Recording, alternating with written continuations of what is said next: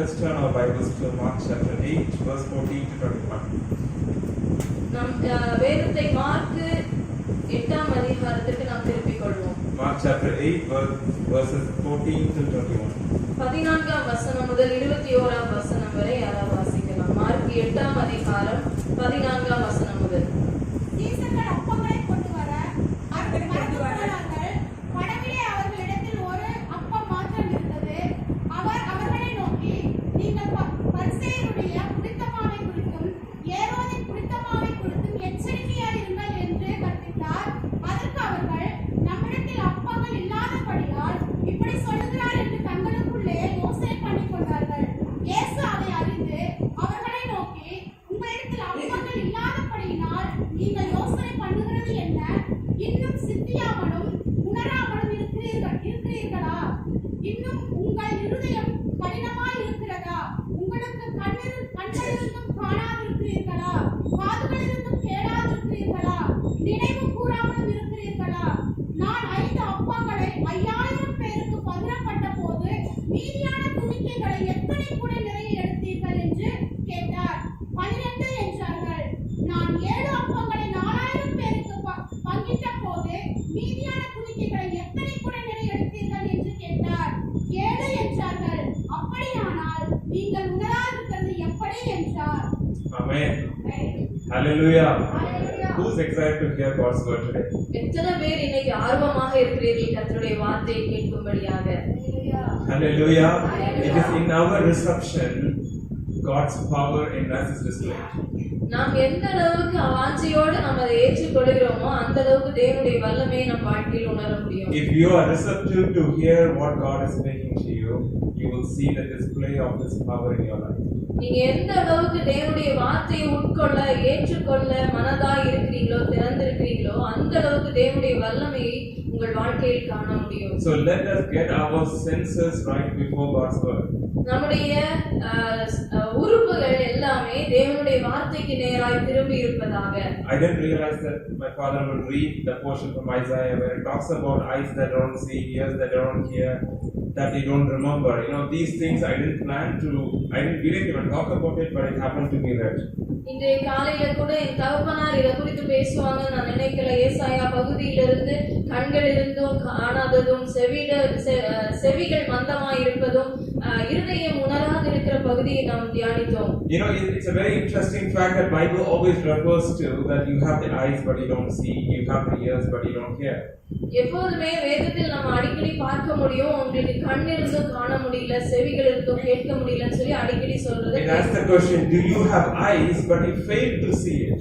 உங்களுக்கு கண்கள் இருக்கிறதா அது நீங்க பார்க்காமல் இருக்கிறதே என்று சொல்லி நம்ம கேள்வி கேட்கிறது. And you have ears but you fail to hear it.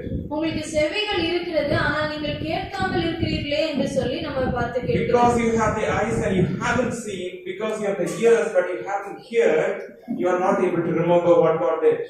உங்களுக்கு கண்கள் இருக்கிறது ஆனால் காண முடியவில்லை, செவிகள் இருக்கிறது ஆனால் கேட்க முடியவில்லை. அதனாலேயே अनेक நேரங்களில் கர்த்தர் என்ன செய்கிறார் என உணராமல் போய்விடுகிறோம். We don't remember but we also don't understand what God is doing. நமக்கு அது தேவன் செய்த காரியத்தை நினைவுபடுத்துறதும் கிடையாது, தேவன் செய்கிற காரியத்தை உணரவும் முடியாமல் போகிறது. It's a very important thing to understand what God is doing in our life. நம்முடைய வாழ்க்கையில மிகவும் முக்கியமான காரியம் தேவன் நம் வாழ்க்கையில் என்ன செய்து கொண்டிருக்கிறார் என்பதை நான் அறிய வேண்டும். Hallelujah. Do you know what God is doing in your life? தேவன் உங்க வாழ்க்கையில என்ன செய்கிறார் என தெரியுமா? Do you understand what God is doing in your life? உங்களுக்கு புரிகிறதா தேவன் என்ன செய்து You கொண்டிருக்கிறார்? know, Jesus seemed to be worried about the disciples. They don't see it. They fail to see. They fail to hear it. And he's worried that they don't understand what God is doing. இந்த இடத்துல சீஷர்களை குறித்து இயேசு கவலைப்படுகிறார். இவர்கள் புரிய மாட்டேங்கிறாங்களே, பார்க்க மாட்டேங்கிறாங்களே, கேட்க மாட்டேங்கிறாங்களே என்று சொல்லி கவலைப்படுகிறார் இயேசு. In verse 21, he finishes with a question without an answer. Do you yet not understand? 21ஆம் வசனத்துல ஒரு கேள்வியோடு தேவன் அதற்கு பதில் சொல்லாமல் முடிக்கிறார். நீங்கள் உணராதிருக்கிறது எப்படி? Do you still not understand what I am doing in your life? இவ்வளவு காரியங்களுக்கு பின்பாகவும் இவ்வளவு காரியங்களை பார்த்த பிறகும் நீங்க எப்படி புரியாமல் இருக்கிறீர்கள்?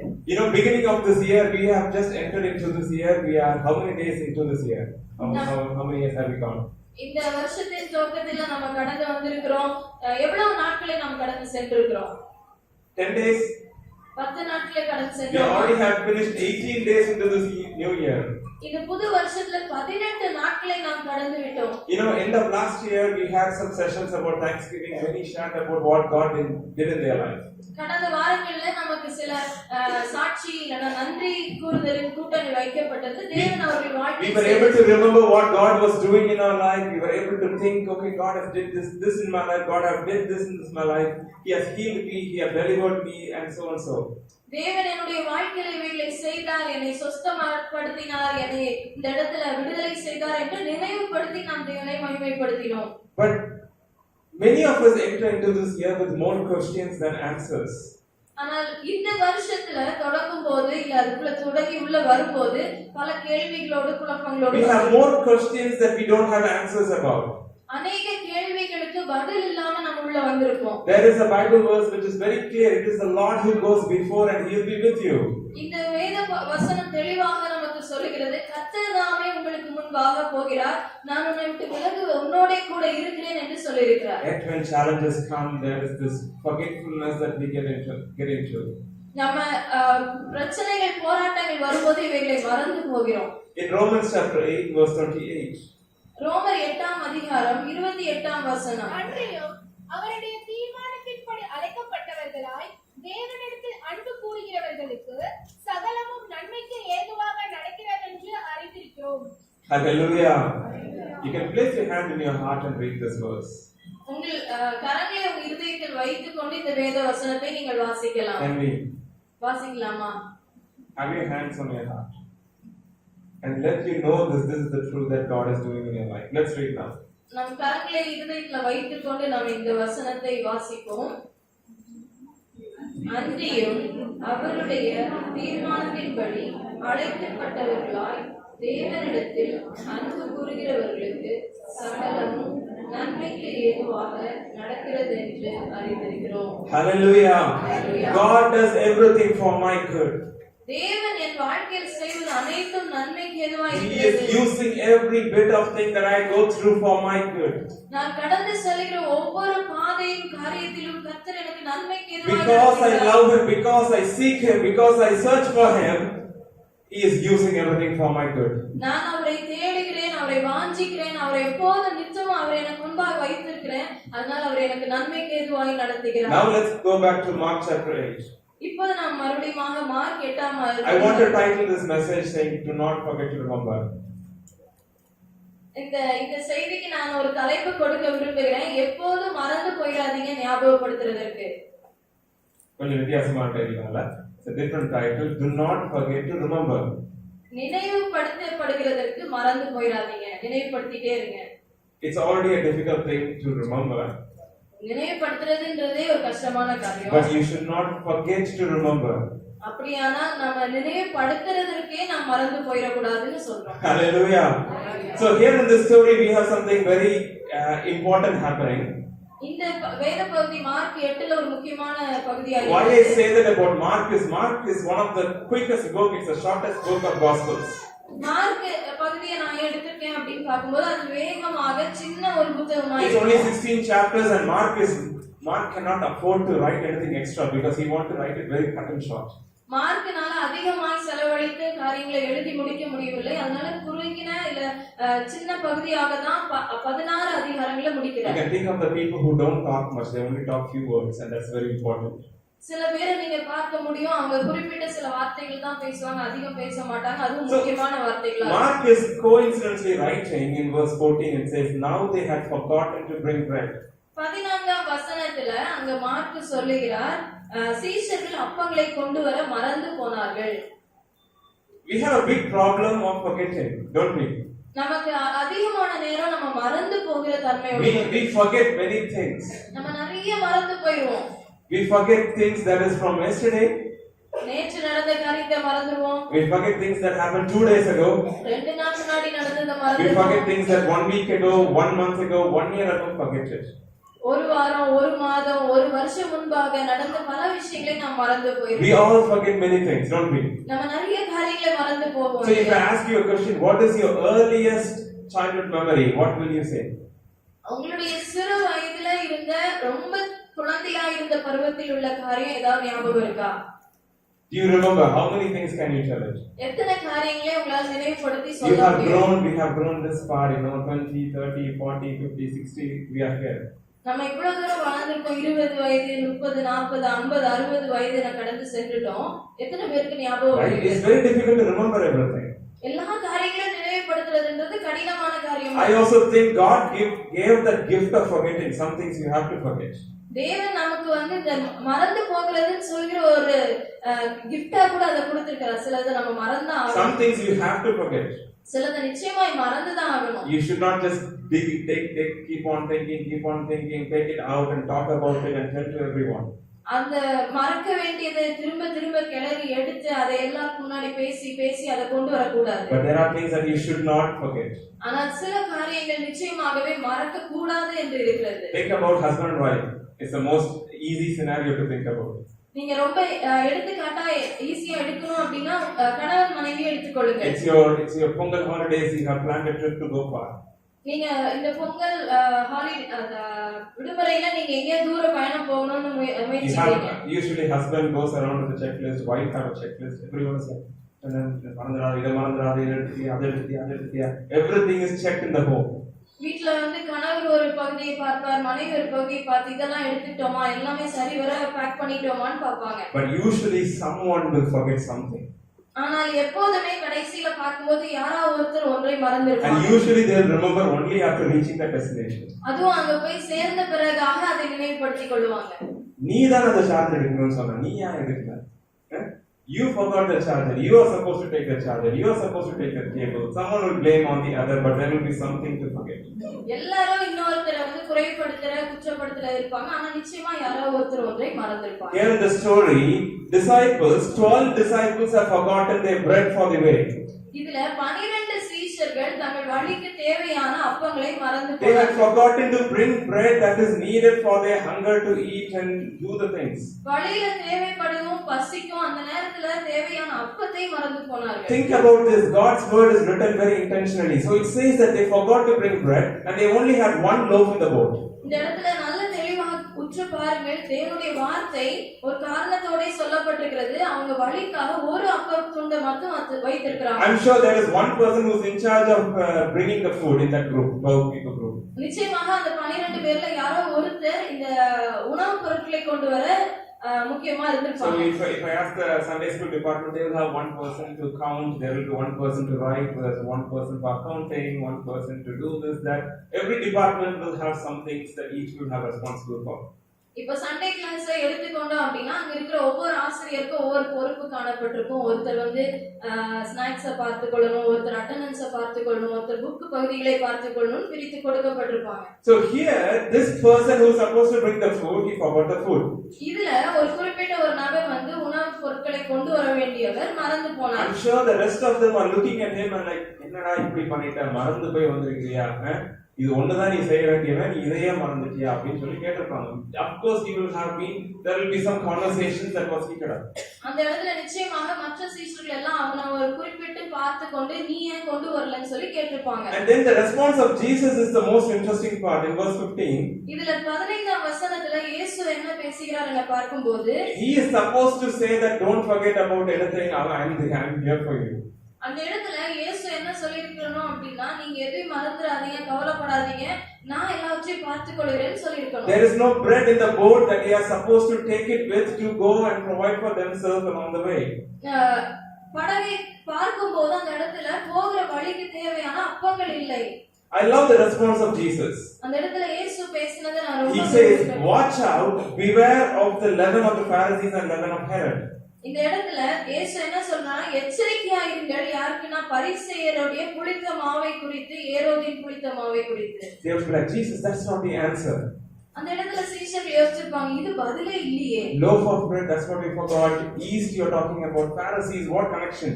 நாங்க இந்த இடத்துல மறந்து போன அப்பங்களை குறித்து பேசாம நீங்க என்ன பரிசேயர்கள், புளித்த மாவு இதெல்லாம் பேசிட்டு இருக்கீங்க. Jesus does the opposite of things that we have our concerns with, we come to him with.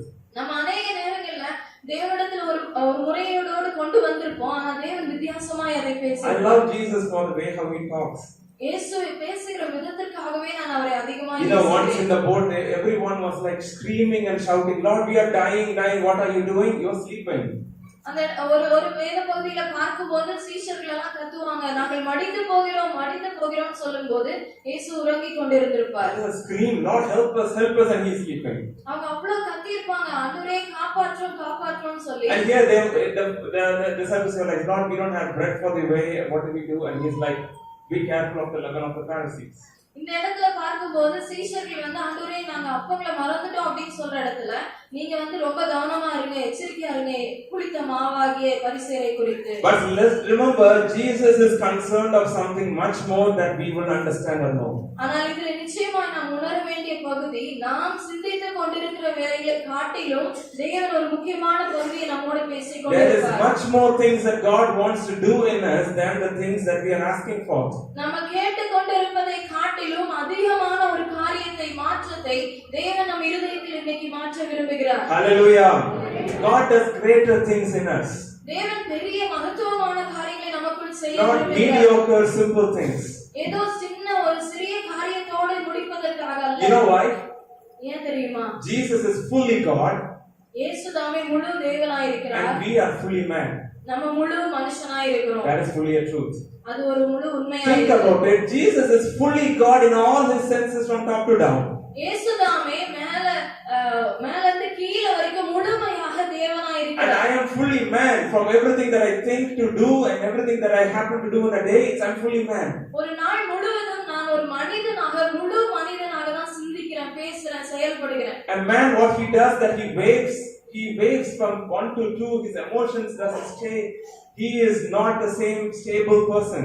ஆனா இந்த மனிதன் எப்படி இருக்கிறான்னு பார்க்கும்போது அவன் ஒரு நிலையற்றவனாக, அங்கேயும் அலைகளால் அலக்கழிக்கப்படுகிறவனாய் காணப்படுகிறான். That's a man. அதுதான் ஒரு மனிதன். For a man to come and meet the God who is fully God, it's very difficult to hear and obey what he says. இந்த ஒரு மனிதன், இப்படிப்பட்ட நிலையற்ற ஒரு மனிதன் முழு தெய்வமாய் இருக்கக்கூடிய ஒரு தேவனிடத்துல வரும்போது அவன் அவ்வளவாய் தன்னை ஒப்படைக்க வேண்டியிருக்கிறது. It's very difficult for him to hear and obey that fully God what he says. தேவன் முழு தேவனாய் இருக்கக்கூடியவர் என்ன சொல்லுகிறார், என்னதான் சொல்ல வராருன்னு கேட்கிறது. You know why? Because God understands your situations and your problems more than you do. அவன் அந்த இடத்துல அவ்வளவு தூரம் இறங்கி வந்து கேட்க வேண்டியது மிகவும் கடினப்படுகிறான். ஏன்னா தேவன் நம்முடைய திட்டத்தை காட்டிலும் பெரிய திட்டங்களை வைத்த தேவனாய் He இருக்கிறார். understands your situation than you do about yourself. உங்களை குறித்து நீங்கள் புரிந்து கொள்வதை காட்டிலும் தேவன் உங்களை நன்கு புரிந்து வைத்திருக்கிறார். Hallelujah. The things that you are asking for might not be the things that you really wanted, but He knows what you really want. நீங்க எந்த ஒரு காரியத்திற்காக அதிகமாய் ஜெபித்து கேட்டுக்கொண்டே இருக்கிறீர்களோ அது உங்களுக்கு தேவையானது அல்ல என்பதை அறிந்த ஒரு தேவன் உங்களுக்கு தேவையானதை தர விரும்புகிறார். So let us admit, Lord, I don't understand about what I should do in my life, but you understand far better and greater. அப்ப நான் என் ஜெபமே, நான் ஆண்டவரே என்னுடைய வாழ்க்கை குறித்து நான் புரிந்து என்னால் நடத்தி கொண்டு செல்ல முடியவில்லை, நீர் நன்கு என்னை புரிந்த தேவன், நீர் என்னை நடத்தும் தேவனே என கேட்க வேண்டும். Hallelujah. Hallelujah. When you engage with the God who is fully God, in His almightiness. எல்லா இடங்களிலும் முழுமையாய் இருக்கக்கூடிய தேவன், முழு வல்லமையோடு இருக்கக்கூடிய தேவனோடு நாம் ஒன்றித்து இருக்கிறோம். You are in a safe place. நீங்க அப்படி ஒன்றித்து இருக்கும்போது நீங்கள் ஒரு பாதுகாப்பான இடத்துல இருக்கிறீங்க. You are in a safe place. ஒரு பாதுகாப்பான இடத்துல இருக்கிறீர்கள். In John chapter 2 verse 1 to 5. யோவான் 2ஆம் அதிகாரம். Something similar happens here. இங்கு அதே போல ஒரு பகுதி. 3ஆம் நாளிலே கலிலேயாவில் உள்ள கானா ஊரிலே ஒரு கல்யாணம் நடந்தது. இயேசுவின் தாயும் அங்கே இருந்தால். இயேசுவும் அவருடைய சீஷரும் அந்த கல்யாணத்துக்கு அழைக்கப்பட்டிருந்தார்கள். திராட்சரசம் குறைவுபட்ட போது இயேசுவின் தாய் அவரை நோக்கி, அவர்களுக்கு திராட்சரசம் இல்லை என்றார். அதற்கு இயேசு, ஸ்திரீயே, எனக்கும் உனக்கும் என்ன? என் வேலை இன்னும் வரவில்லை என்றார். அவருடைய தாய் வேலைக்காரரை நோக்கி, அவர் உங்களுக்கு என்ன சொல்லுகிறாரோ அதன்படி செய்யுங்கள் என்றார். I love this incident. இந்த வேத பகுதி எனக்கு மிகவும் It's a பிடித்தமானது. wedding that is happening. இதுல ஒரு திருமணம் நடக்கிறது. The one who is leading the wedding, he is worried about that everyone has enough or not. இந்த திருமணத்தை ஒழுங்கு செய்தவர், நடத்துகிறவருக்கு எல்லாருக்கும் போதுமானதா And கிடைக்கிறதா? verse 2, Jesus is invited to the wedding. அதுல அவருக்கு ஒரு குழப்பத்தோடு இருக்கும்போது அந்த இடத்துல இயேசுவும் அழைக்கப்பட்டிருக்கிறார். Jesus is invited. That means he is called. இயேசு அழைக்கப்பட்டிருக்கிறார் என்றாலே அவரை வந்து People வருந்தி look for him, கூப்பிட்டிருக்காங்க. so they called him to come. இயேசுவை பார்த்து வருந்தி கூப்பிட்டிருக்காங்க. And he also is present. இயேசுவும் அந்த கல்யாணத்துல And வருகிறார். then in verse 3, the wine ran out. மூன்றாம் வசனத்துல திராட்சரசம் குறைவுபட்டது. Jesus called and he was there, and then the wine ran out. இயேசு அழைக்கப்பட்டிருந்தார், இயேசு வந்திருக்கிறார், அந்த இடத்துல And as திராட்சரசம். soon as the wine ran out, the mother of Jesus did the right thing, and she goes and tells him there is no wine. இந்த இடத்துல திராட்சரசம் குறைவுபட்ட உடனே மரியாள் தாயாகிய இயேசுவின் தாயாகிய மரியாள் இயேசுவினிடத்துல போய் சொல்றாங்க. But it's very correct that Lord, they don't have any wine, so do something. I'm expecting you are Jesus, you are fully God, you should do something. நீர் முழுமையான தேவனாய் இருக்கிறீர், நீரே தெய்வமாய் இருக்கிறீர், நீங்க ஏதாவது இந்த இடத்துல செய்ய ஆண்டவரேன்னு சொல்லி மரியாள் The கேட்கிறார். response of Jesus, I love it. இந்த இடத்துல இயேசு கூறின வார்த்தை And he என்ன? says, woman, what does this have to do with me? My hour has not yet come. இந்த இடத்துல ஸ்திரீயே உனக்கும் எனக்கும் என்ன என்று சொல்லி என்னுடைய வேலை இன்னும் வரலன்னு சொல்லிடுறாரு. He is supposed to do the miracle and get everyone the wine. இயேசுதாமே அந்த இடத்துல எல்லா ஒரு பெரிய அற்புதத்தை செய்து எல்லாருக்கும் திராட்சரசம் கொடுக்க Right? வேண்டும். That is what he is supposed to do. அவர் அததான் He is செஞ்சிருக்கணும். supposed to do that while he is invited to the wedding. அந்த திருமணத்திற்கு அழைக்கப்பட்ட நோக்கத்திலேயே அதை அவர் செய்திருக்க வேண்டும். While there is no wine, there should be wine. அங்க திராட்சரசம் இல்ல, அப்ப கொடுக்கப்பட்டிருக்கணும் அது. That's what Jesus is supposed to do. அதுதான் இயேசு And செய்ய Jesus is like, வேண்டியது. no wine, the time is not right for me, so I'm not going to do it. அந்த இடத்துல ஆனா இயேசு சொல்லும்போது எனக்கு வேலை இன்னும் வரல அப்படின்னு சொல்லிடுறாரு. You know, that miracle symbolizes much more later that people understood. அந்த அற்புதமானது மக்கள் பின்னாடி வரும்போது அதை காண்கிற கண்களுடைய Jesus understood that there is no wine, and he's talking about the blood of Jesus. அந்த இடத்துல இயேசு திராட்சரசம் குறைவுபட்டது என்பதை கண்ட தேவன் தன்னுடைய ரத்தம் சிந்துதலை குறித்து யோசிக்கிறார். Wine resembles blood of Jesus. திராட்சரசமானது இயேசுவின் ரத்தத்தை குறிப்பிடுகிறது. He understood that there will be one day there will be no blood of Jesus, that will be overflowing. There will be blood of Jesus overflowing continually without any blood. இயேசு தாமே அதை புரிந்து கொண்டார். ஒரு நாள் வரும் தன்னுடைய ரத்தம் முழுமையாக சிந்தப்படும், எல்லாருக்கும் நிரம்பி வழியத்தக்கதான ஒரு ரத்தமாய் அது And that is சிந்தப்படும். what he meant, my time is not yet come. அப்ப அந்த இடத்துல தேவன் அதை மனதில் வைத்துக் கொண்டு என் வேலை இன்னும் வரவில்லை என்று We சொல்கிறார். don't understand what God is doing in our lives many times. அநேக நேரங்கள்ல இயேசு தேவன் நம் வாழ்க்கையில என்ன செய்து கொண்டிருக்கிறார் என நாம் புரிவதில்லை. God does something much more higher and greater in our life that we don't tend to understand. நம்முடைய வாழ்க்கையில தேவன் நாம் நினைப்பதற்கு காட்டிலும் மேலானவைகளை செய்து கொண்டிருக்கிறார், அதை நாம் புரிவதில்லை. Hallelujah. Hallelujah. That gives a hopeful message to us. இன்னைக்கு தேவன் நமக்கு அது ஒரு நம்பிக்கையான வார்த்தையாய் What we கொடுக்கிறார். are meant to do is hear and obey, and that is what Jesus is warning. தேவன் நம்மிடத்துல சொல்லுகிற ஒரு காரியம், நீங்க கேட்டு அதன்படி செவி கொடுங்கள், கீழ்ப்படியுங்கள். He knows your situations far better. உங்களுடைய நிலைமை சூழ்நிலையை தேவன் நன்கு அறிந்து வைத்திருக்கிறார். If I ask you to raise your hands as I list the things that I will read now, நான் இப்ப சில காரியங்களை வாசித்து நீங்க இதுக்காக கை தூக்குங்கன்னு நான் சொன்னேன்னா, you will be like, yes, that I need that, I want that, that I also want. அப்ப நீங்க உடனே கரங்களை உயர்த்தி, ஆமா நிச்சயமா எனக்கு அது வேணும், இது வேணும், இது தேவைப்படுதுன்னு சொல்லுவீங்க. So let's say what problems and situations you might have. உங்களுடைய பிரச்சனைகள் போராட்டங்கள் என்ன அப்படின்னு சொல்லி கேட்டா, Someone will raise, I need financial blessings, I need blessings inside my home. சில நேரங்களில் நம்ம கரங்களை உயர்த்தி, எனக்கு பொருளாதார தேவை சந்திக்கப்படணும், என் வீடு ஆசீர்வதிக்கப்படணும், I need a child, I need to get married. எனக்கு ஒரு திருமணம் நடக்க வேண்டும், எனக்கு ஒரு குழந்தை பிறக்க வேண்டும், I need breakthroughs in my workplace. என்னுடைய வேலை ஸ்தலங்கள்ல எனக்கு பெரிய முன்னேற்றங்கள் காணப்படணும், I need to be healed, I need to have good health, I need to have a calling and purpose. என்னுடைய வாழ்க்கையில எனக்கு நல்ல சுகம் ஏற்படணும், எனக்கு நல்ல சரீர பலன் இருக்கணும், I need my debt to be cleared. எனக்கு என்னுடைய கடன்கள் அடைக்கப்படணும், I need to change, I need a way. எனக்கு ஒரு வழி திறக்கணும் அப்படின்னு நிறைய கேட்போம். I'm sure all of us, including me, will say, yes, I also want that. எல்லாரும் என்னையும் சேர்த்து அந்த இடத்துல ஆமா எனக்கு தேவைதான தேவை. But if you think that this is what I want, and God says, I know far better than what you want. ஆனா நம்ம இதெல்லாம் எனக்கு தேவைன்னு சொல்லிட்டு இருக்கும்போது தேவன் நம்மளை பார்த்து சொல்லுகிறார், உன்னுடைய தேவையை காட்டிலும் நான் அதிகமாய், உன் நினைவுகளை காட்டிலும் அதிகமாய் நினைத்திருக்கிறேன் என சொல்லுகிறார். My ways are far higher than your ways. உன்னுடைய வழிகள், நீ சிந்திக்கிற வழிகளை காட்டிலும் என்னுடைய வழிகள் மேலானதா Your இருக்கிறது. calculations are not my calculations. நீ கணக்கு போடுற மாதிரி இல்ல நீ சிந்திக்கிற மாதிரி அல்ல, என்னுடைய கணக்கு என்னுடைய சிந்தனை வேறா இருக்கிறது. So let's come back to the response of Jesus. நம்ம இப்ப இயேசு Verse எப்படி 15. மறுமொழி கொடுத்தார் என பார்க்கலாம். 15ஆம் வசனம். Mark mark 8. அவர் அவர்களை நோக்கி, நீங்கள் பரிசேயருடைய புளித்தமாவை குறித்து ஏரோதின் புளித்தமாவை குறித்தும் எச்சரிக்கையாயிருங்கள் என்று கற்பித்தார். Okay, let's understand this verse. This is not the answer that we are supposed to hear or they wanted to hear. சீஷர்கள் இப்படி ஒரு பதில் அவங்க கேட்க விரும்பல, ஆனா இந்த பதில் என்ன என நாம் புரிந்து கொள்வோம். Okay, let's talk about East. நம்ம இந்த ஈஸ்ட்ன்ற அந்த பகுதியை குறித்து நம்ம In the Bible, East resembles or metaphors unbelief, pride and sin. இந்த ஈஸ்ட் என்று சொல்லப்படுகிறது இல்ல மாவை புளிக்க வைக்கக்கூடிய அந்த ஈஸ்ட் ஆனது ஒரு தவறான பாவத்தை குறிக்கிறதா இருக்கும். It talks about unbelief. அது வந்து அவிசுவாசத்தை It குறிப்பிடுகிறதா talks இருக்கும். about being prideful. இந்த புளிக்க வைக்கக்கூடிய காரியம் வந்து பெருமையை குறிக்கிறது. It talks about sin. இது பாவத்தை குறிக்கிறது. So Jesus, when he responds, he has something more that he's highlighting. He says, be careful of the level of the Pharisees. தேவன் இயேசு இந்த இடத்துல பேசும்போது பரிசேயர்களை குறித்து அந்த புளித்த மாவை குறித்து கவனமா எச்சரிக்கையாயிருங்கள். Okay, I have some examples here for you. நான் சில எடுத்துக்காட்டை உங்களுக்காக கொண்டு வந்திருக்கிறேன். So I have brought the yeast to you. நான் அந்த ஈஸ்ட்னு சொல்லப்படுகிற அந்த மாவை புளிக்க வைக்கக்கூடிய அந்த பொருள்.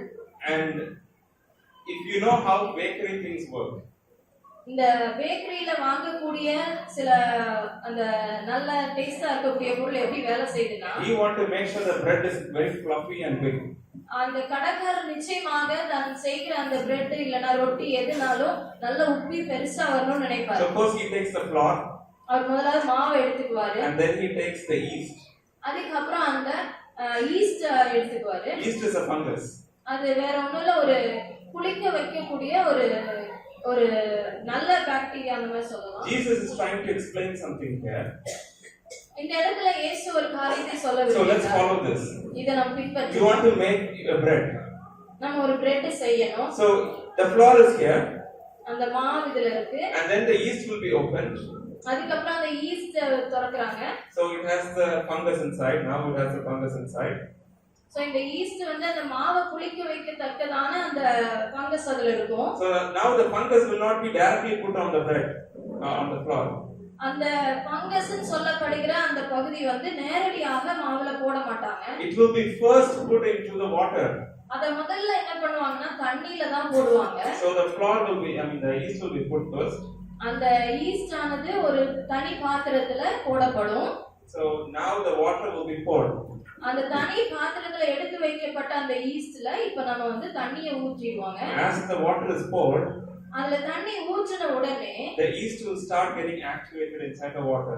அந்த தண்ணியில அந்த ஈஸ்ட் ஆனது அப்படியே தன்னுடைய நிலையை உருவாக்கி கொண்டே வரும். So the baker will keep stir this water until the yeast is getting activated. The fungus is coming alive and it contaminates the water. இந்த பேக்கரியில வேலை செய்யற அந்த நபர் வந்து அந்த தண்ணியை முழுமையுமாக அந்த ஈஸ்ட் வந்து நிரம்பணும் அப்படின்றதுக்காக அதை கிளறிட்டே இருப்பார். Let me give you an explanation here. இந்த இடத்துல நான் உங்களுக்கு சொல்ல விரும்புகிறேன் விளக்கி. Jesus is talking about something very important. இயேசு ஒரு முக்கியமான காரியத்தை சொல்லிக் கொண்டிருக்கிறார். He is talking about the flour, which is him.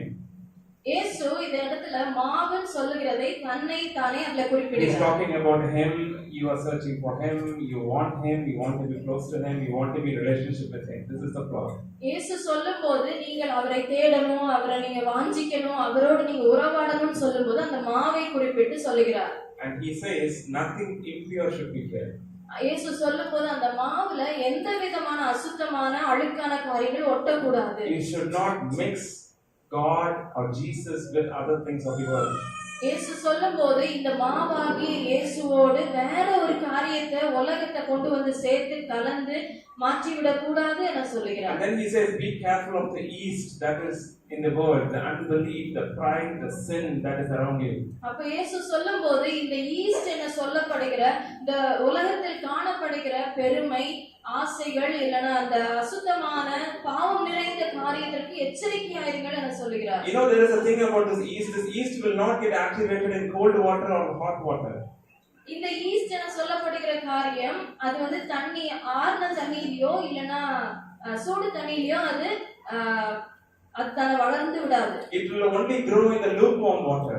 அது எதுல வளரும் அப்படின்னு பார்த்தா ஒரு வெதுவெதுப்பான தண்ணியில தான் அதனால வளர முடியும். So when your condition is lukewarm as a Christian, உங்களுடைய கிறிஸ்தவ வாழ்க்கையில நீங்க எப்ப ஒரு வெதுவெதுப்பான நீரா இருக்கிறீங்களோ, this yeast will start to grow inside and it will start to contaminate the water.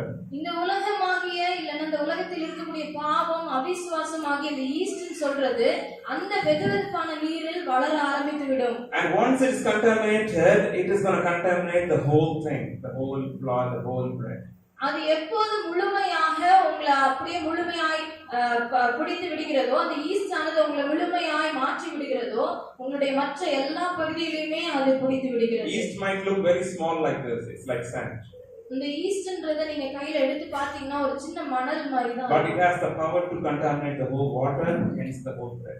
அது ஒரு முழு தண்ணியவே கெடுத்து விட முடியும். அதுக்கப்புறம் அப்படியே மாவுல அதை கொட்டினாங்கன்னா அந்த மாவையும் அது கெடுத்து விட முடியும். While people were hungry and concerned about forgetting the bread, Jesus is telling, be careful of the yeast that is on the world.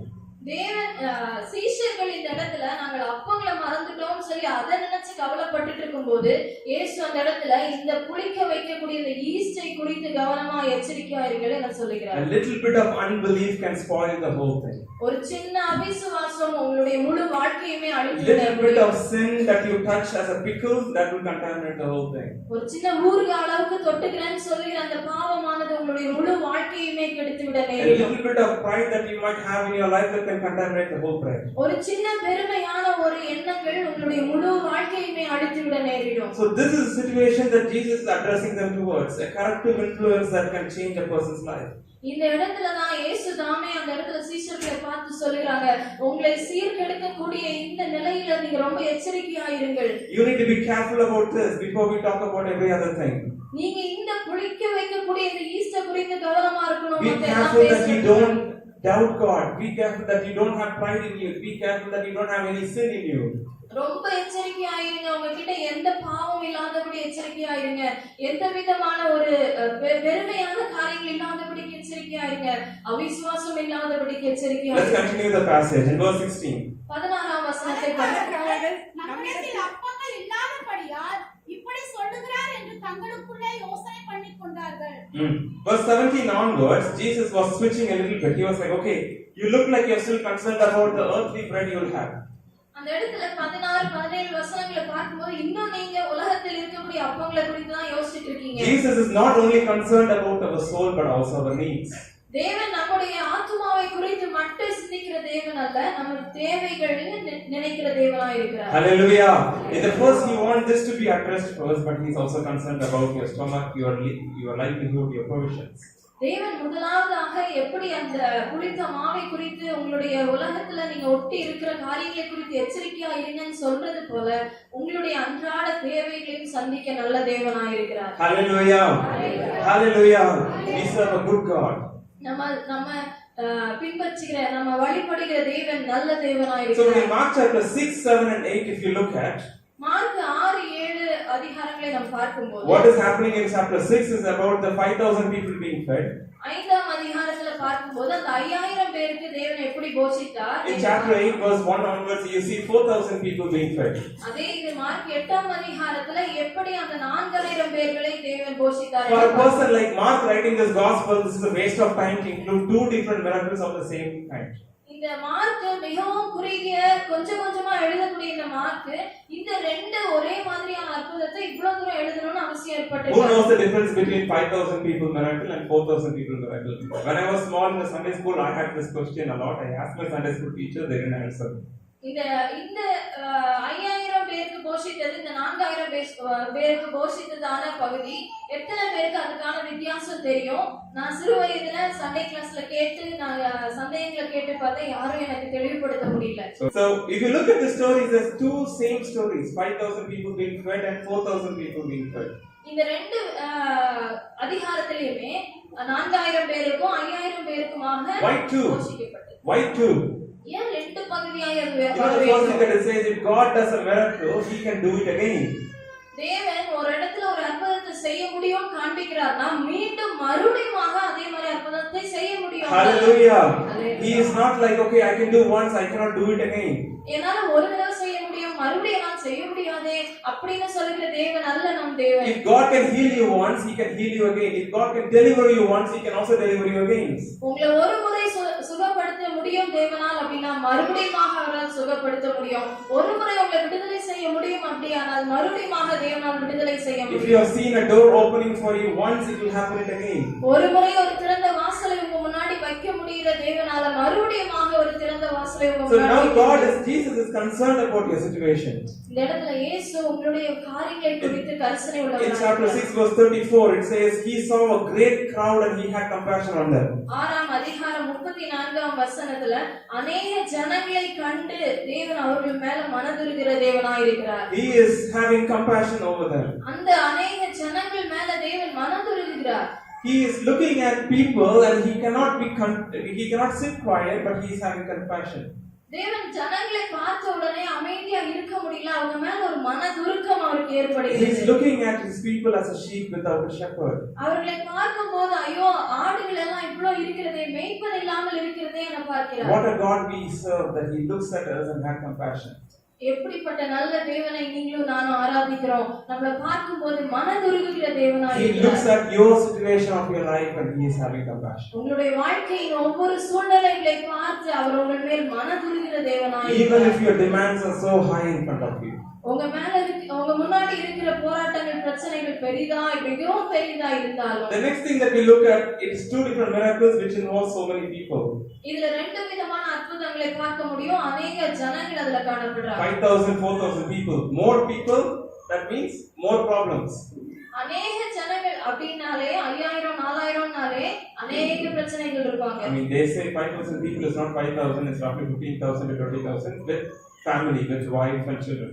இதுல 5000 சொல்லுகிறது ஆண்களை மாத்திரம் குறிக்கிறது. மொத்தமா கணக்கெடுக்கும் போது 15000 பேர் வரைக்கும் இருந்திருப்பாங்க. We are talking about so many people, that means problems will come. நிறைய பேரை குறித்து நம்ம பார்க்கும்போது நிச்சயமா अनेक பிரச்சனைகள் அங்க எழும். When 2 or 3 people gather together, what will happen? ஒன்னு ரெண்டு பேர் சேர்ந்து கூடுகிற இடமே என்ன ஆகும்? It's a Bible verse. அது ஒரு வேத வசனம். Right? What will happen? Who will be there? What will be there?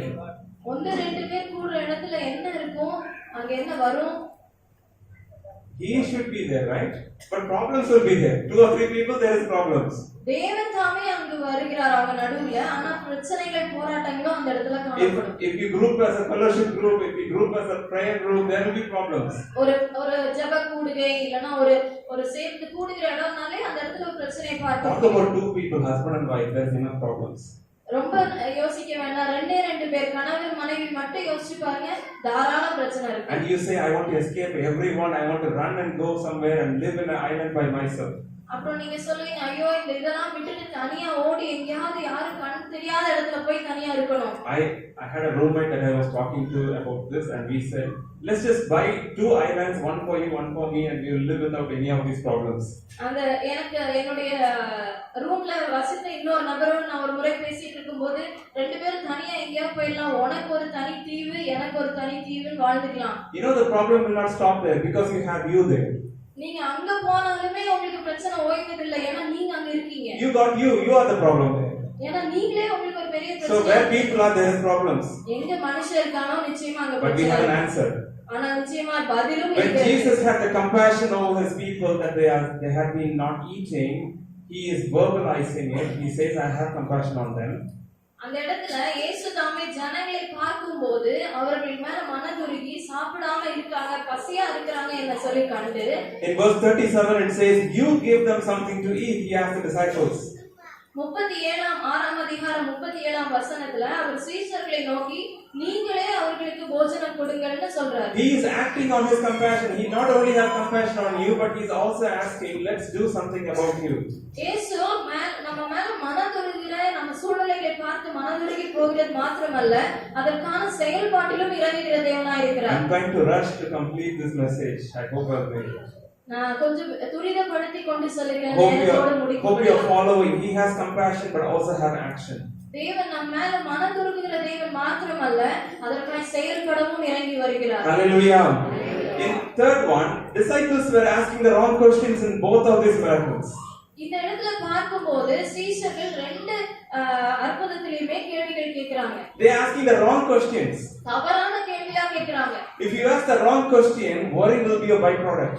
நீங்க ஏதோ ஒரு தவறான கேள்வியை கேக்குறீங்க அப்படின்னாலே நீங்க கவலையை அதிகப்படுத்துகிறீர்கள் என அர்த்தம். Worry will be a byproduct if you ask the wrong questions. தவறான கேள்வியை நம்ம கேட்கும் போது நமக்கு அதுக்கு பதிலாய் கிடைப்பது கவலையா இருக்கும். In verse 37 in chapter 6, when Jesus says, "You give them something to eat," they respond like this.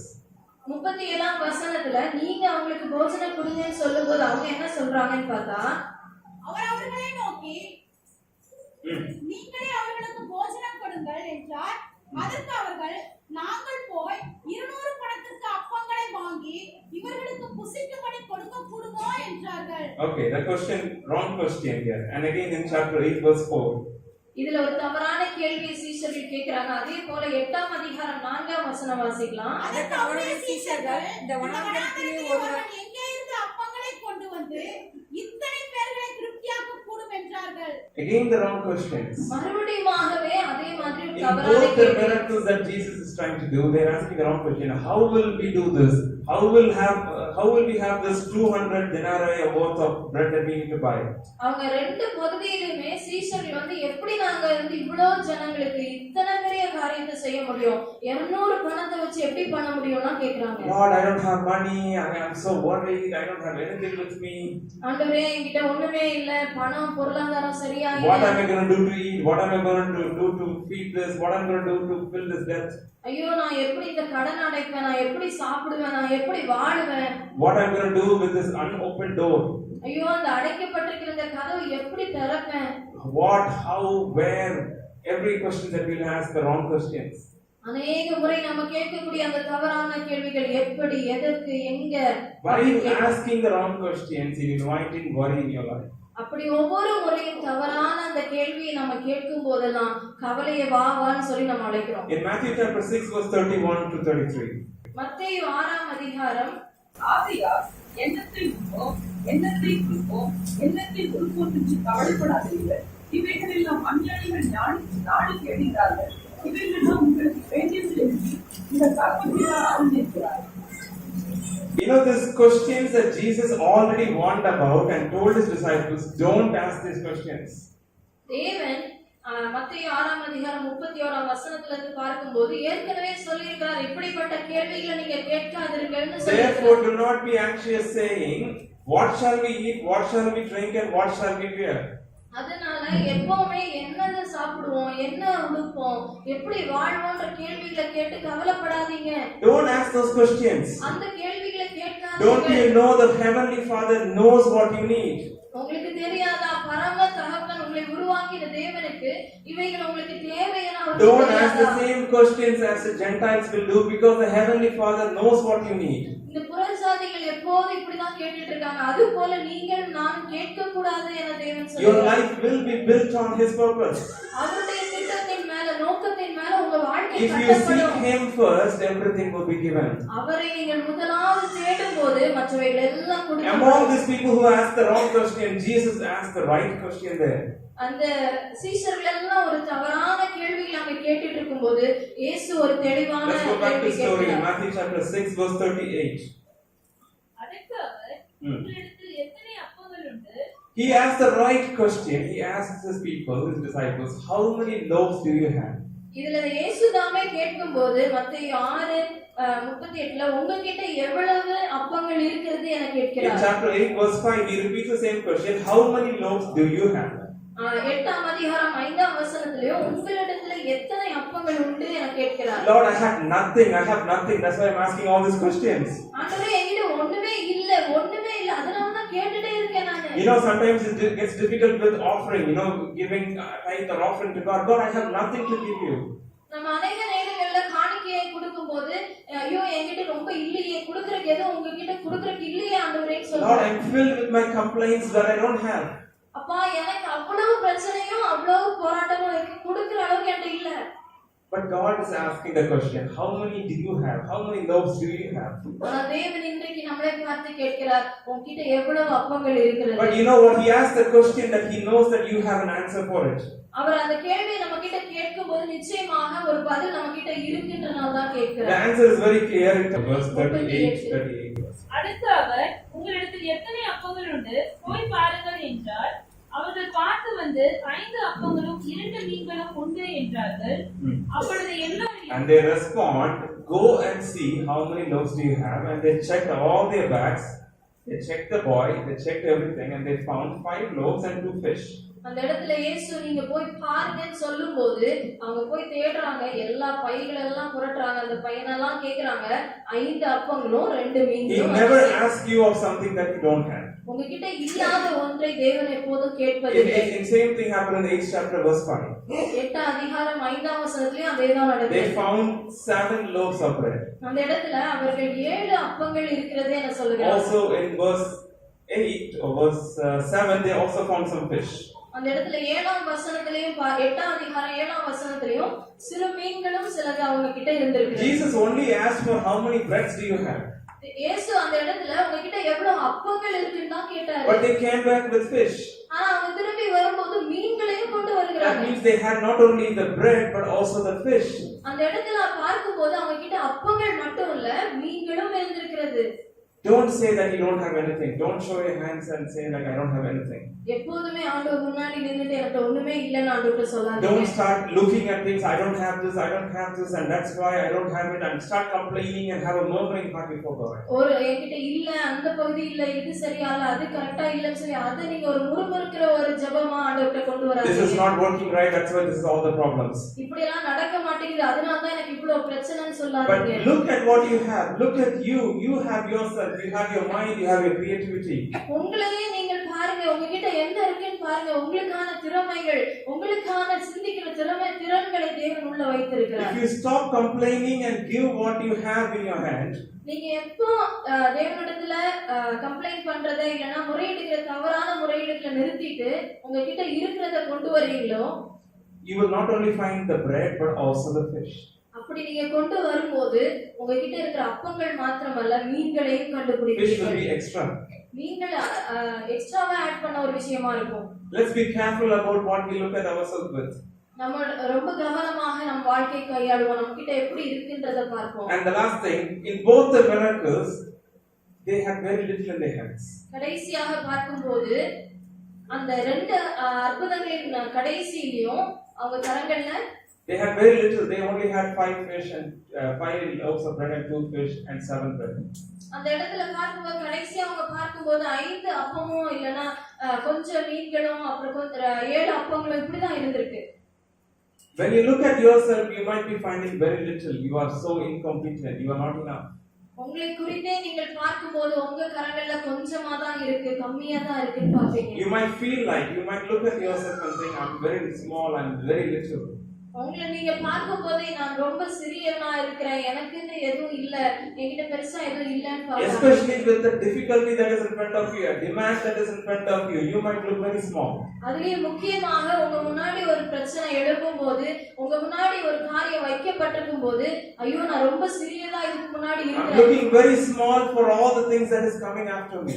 ஏன்னா பின்தொடர்ந்து வருகிற என் மேல எழுப்பி வருகிற இந்த மலை போல பிரச்சனையை பார்க்கும்போது நான் ரொம்ப சின்னதா இருக்கிறேன். The challenges, the difficulties that I have, எனக்கு இருக்கிற பிரச்சனைகள், இந்த போராட்டங்களை பார்க்கும்போது I am not enough. நான் பத்தாது இதெல்லாம் I மேற்கொள்ள cannot be a முடியாது. good person, I cannot be a good husband, cannot be a good wife. ஐயோ என்னால ஒரு நல்ல மனைவியா இருக்க முடியல, என்னால ஒரு நல்ல கணவரா இருக்க முடியாது, I'm not so wise. நான் அவ்வளவு ஞானம் இல்லாத நபரா இருக்கிறேன், I don't have all these potentials. ஐயோ இவ்வளவு திறமைகள் தாளதே என்கிட்ட இல்லையே. But the truth is, you are never enough. ஆனா உண்மை என்னன்னா எப்பவுமே நீங்க போதுமான நபரா இருக்க The மாட்டீங்க. problem starts with thinking that I don't have enough and staying there. எப்போ பிரச்சனை ஆரம்பிக்குதுன்னா என்னால முடியாது, எனக்கு போதாதுன்னு சொல்லி அங்கேயே உட்கார்ந்து If you start to போயிடுறாங்க. sit down in a place and thinking I don't have enough, that's why I'm in a miserable place. எனக்கிட்ட ஏதோ போதுமானதா இல்ல, அதனால தான் நான் இவ்வளவு கஷ்டத்துல இருக்கிறேன்னு நினைக்க But ஆரம்பிச்சிட்டீங்கன்னா, if you get yourself away from your hands, that what you have, you give it to the Lord. நீங்க அதே இடத்துல இருந்து எழுந்திருந்து உங்ககிட்ட இருக்கிற அந்த காரியங்களை ஆண்டவர்கிட்ட கொடுக்க ஆரம்பிச்சிட்டீங்கன்னா, Even if that is only you who have to be given, அது ஒருவேளை நீங்க மட்டுமாக இருக்கலாம், அதை தான் நீங்க ஆண்டவர்கிட்ட கொடுக்க வேண்டியதா maybe இருக்கலாம். you yourself fully have to be given. உங்களுடைய முழுமையை தேவனிடத்துல நீங்க கொடுக்க வேண்டியிருக்கலாம். Even if it is the less of something that you have, you are meant to give it to His hand. உங்க கையில இருக்கிற அந்த சிறிய அந்த கொஞ்சமா இருக்கக்கூடிய அதை ஒருவேளை ஆண்டவர்கிட்ட கொடுக்க வேண்டியிருக்கலாம். You might be called like a bread. You might be a bread like this. ஒருவேளை நீங்க ஒரு அப்பத்தை போல அழைக்கப்பட்டிருக்கலாம். You might be a bread like, you might be saying like, oh, I am the smallest bread. This is very small. This is not very significant. நீங்க ஒருவேளை சொல்லலாம், இது ஒரு சின்ன அப்பமா நான் இருக்கிறேன், இதை யாரும் கருத மாட்டாங்க, சின்னதா இருக்கிறேன். I'm the last piece of the bread. You know, the last piece of the bread. No one likes it. அந்த மொத்த பிரெட்லயும் கடைசி துண்டா வெட்டப்பட்ட பிரெட்டை யாரும் விரும்ப மாட்டாங்க. But this is what I have. This is what I have. அதுதான் அவ்வளவுதான் நான் இருக்கேன். This is what I hold. இதுதான் நான் வச்சிருக்கிறேன். I'm not this and that. நான் அப்படி இப்படி சொல்றதுக்கு பெரிய நபர் இல்ல. I have my challenges in front of me. ஏன் முன்னாடி பெரிய சவால்களை நான் சந்திக்கிறேன். But if that bread is brought before the hands of the Father, that Jesus, ஆனா இப்படிப்பட்ட இந்த அப்பமாகி என்னை ஆண்டவரிடத்துல கொண்டு வரும்போது He does something very significant and beautiful. அவர் அந்த இடத்துல ஒரு முக்கியமான ஒரு பெரிய காரியத்தை தேவன் செய்கிறார். Because you are approaching the living bread that came down to earth. ஏன்னா நீங்க இந்த உலகத்தில் வந்த ஜீவ அப்பத்தை நீங்க போய் And சந்திக்க anyone who போறீங்க. comes to Him will not thirst or be hungry ever again. ஏன்னா அப்படிப்பட்ட ஜீவ அப்பத்துக்கிட்ட நீங்க போகும்போது ஒரு நாளும் நீங்க பசியோட தாகத்தோட இருக்க This மாட்டீங்க. is what Jesus was trying to communicate to the disciples, that they don't understand or not seeing, not hearing it. இதுதான் தேவன் அந்த இடத்துல சொல்லுகிறார், நீங்க புரிய மாட்டேங்கிறீங்க, காண மாட்டேங்கிறீங்க, கேட்க மாட்டேங்கிறீங்கன்னு இயேசு Come சொல்றார். with what you have, bring what you have and come to me. உன்கிட்ட என்ன இருக்கோ அதை எடுத்து நீ என்கிட்ட வா. Come with what you have. உன்கிட்ட என்ன இருக்கோ அதோட You are வா. not asked of something more. உன்கிட்ட அதிகமா கொண்டு வா ஆண்டவரே Lord, this is கேட்கிறேன். my strength that I have, I'm going to offer it. அப்பா இதுதான் என்கிட்ட இருக்கிற ஒரு ஸ்ட்ரெngth, அத நான் உங்ககிட்ட கொண்டு வரேன். I don't have all these, Lord. மற்ற இது எல்லாமே என்கிட்ட இல்ல. This sounds very little. Five bread pieces and 2 fishes cannot feed 5,000 people. ஐயோ இந்த 5 அப்பம் 2 மீனை வச்சு 5000 பேரை போஷிக்க முடியாது. If the Lord is asking, understand what I'm telling.